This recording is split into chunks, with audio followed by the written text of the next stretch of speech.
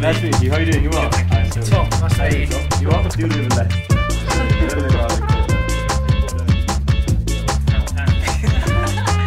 What's been the most unusual experience of your rugby career to date? Rupturing my Achilles. I know it's sort of, what I mean by that is for the instance was really unusual in terms of it's the weirdest injury in the world.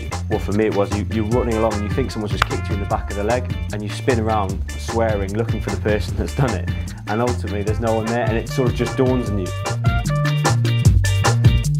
When did you realise you were kicking well? Is that something you did at Newcastle, or was that? Yeah, always did it. Ever since I was sort of a kid, I was always one of those guys that in a free period, or a double free period, I'd just grab a bag of balls and go down to our playing fields at school and just kick a few and stuff. And I'd always had that sort of in me, really, just to look around. I never really enjoyed sitting inside and messing around. I always wanted to be out, and luckily, sort of the places I grew up always allowed me to sort of chuck the ball around and have a bit of fun. How do you like to spend your time when you're not training or playing? I'd love to say it's like skydiving and skateboarding, anything that's sort of rock and roll or quite cool. I fly fish quite a bit. I play a bit of cricket now and again, and to be honest, you sort of have to fill your time with sort of as much as you can. And the big sort of thing that has a hold of me is I've quite enjoyed gardening. It's not really macho and it's not very cool, but it is really relaxing. You know, looking after the green fly, keeping the slugs away and all that sort of stuff just takes over, and suddenly, you know, you're out there playing rugby thinking about how your peonies are looking and your hydrangeas. So it's not great, but it certainly works. Do you find that you take better care of your appearance since becoming a professional sportsman, or have you always been interested in fashion? So I think a professional sportsman, for the majority, dresses quite slack. However, when they have to go out and about, I think you obviously have to realise you're sort of giving an appearance to yourself, and you have to dress as smart as possible. So, you know, putting on a bit of Eden Park stuff here and there is not too bad.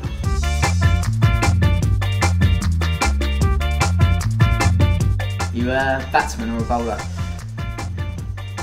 I wouldn't class myself as either. I would just say I'm a bit of a slogger and a hit and hope, and I don't really, I feel professional fielder, I'd say. No, I'm really lucky. Where I live, I've got a cricket pitch right next to the house, and the guys are fantastic. And on a Wednesday we have a game of 20-20, it's sort of there in the league, and sometimes if they're short they'll whistle over and I'll pick my stuff up and have a hit around and sort of just about get by. Who do you think is the best fly half to have ever played, older than you? I think the two that stand out for me are obviously Dan Carter for New Zealand, which I know obviously pleases you, and then coupled with that it would be Jonny Wilkinson, obviously for the influence in terms of on the English game, how many young fly halves are now playing the game because of the standards that he set and how he held himself. And I'm obviously part of that in terms of my development. So those two would probably be the standout two for me. Who does that?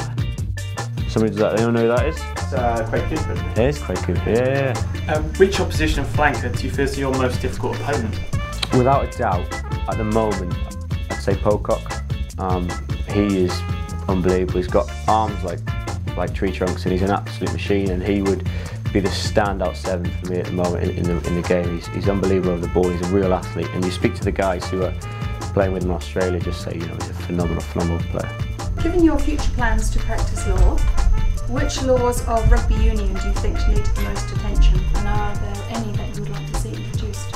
Right. I think 10s and fly-offs shouldn't really have to tackle. That would be my first one. Any contact is you know, optional.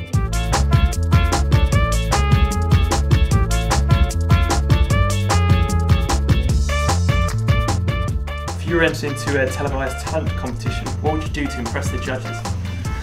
I have no pub sort of skills. I can't, you know, down a pint without. So you're not going to join diversity anytime soon? Yeah, I cannot dance. So I don't know. You know, it'd probably be like that guy that was on Britain's Got Talent. Some of the boys were playing. It was just the guy that had those wings that just came out and came out and came out. No talent whatsoever, but just some sort of mechanical object that makes him.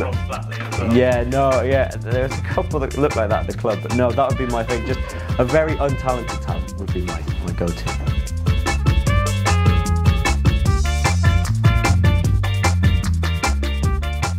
Perhaps the Italian rugby top. I like these though, these are cool.